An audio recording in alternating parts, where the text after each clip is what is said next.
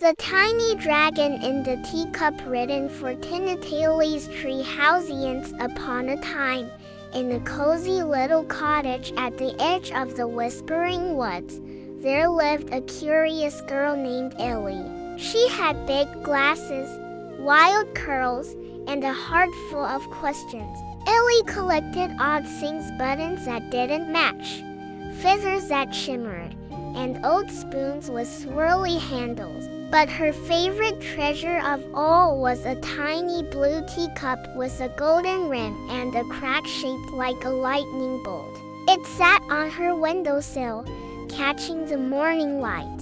She'd found it at the town's flea market and loved it instantly, even though it was chipped and a bit dusty. But one rainy afternoon, something very strange happened. As Ellie poured pretend tea into the cup for her stuffed animal tea party, a puff of steam rose from the cup and then a sneeze. The teacup wobbled. Then, with a tiny huff and a puff of glittery smoke, out popped a miniature dragon. He was no bigger than a muffin. His scales shimmered like soap bubbles, and his wings buzzed like a bumblebee's. He wore a red polka dot scarf and had tiny round glasses on the tip of his snout.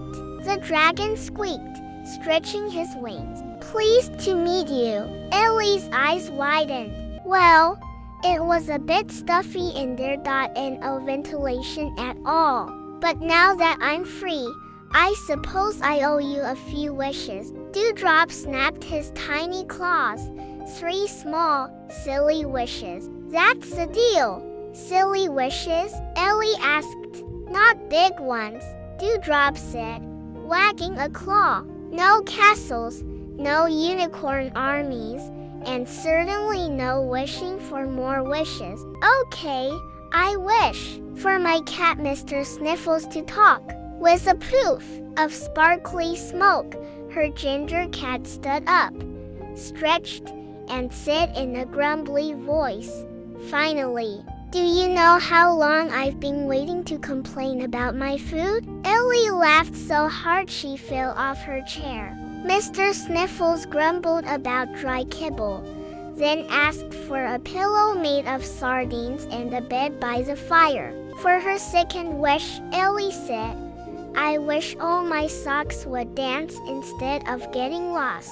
Another poof, and suddenly, a parade of socks came hopping out of her dresser. Striped socks, spotted socks, even the ones with holes, all boogied across the floor to invisible music. Another did the worm.it with sock chaos. "I forgot how ridiculous wishes can be," Dewdrop chuckled, lounging in a sugar bowl.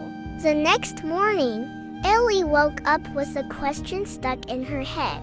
She found Dewdrop snuggled in a teabag wrapper. "Can I save my last wish?" Most people rush to use them up. "Why wait?" Ellie smiled. "I want to make it special." Dewdrop stayed, curling up in mugs and napping in warm mittens. He helped Ellie with homework, though his math was terrible, and told bedtime stories about dragons who lived in soup bowls and egg cups. But one morning, Dewdrop sat sadly on the windowsill. "It's what teacup dragons do." Ellie's heart sank. "Can't you stay a little longer?" "I wish I could," he sighed, wings drooping. Ellie thought hard.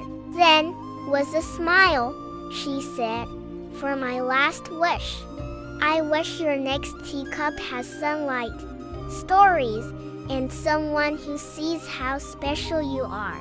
Dewdrop blinked, surprised. "That's actually very sweet."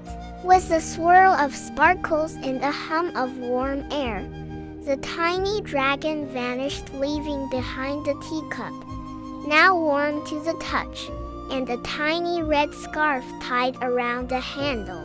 That night, Ellie set the cup by the window with a smile. Somewhere in the world, a new child found a dusty teacup at a flea market, and the tiniest puff of glitter rose from inside.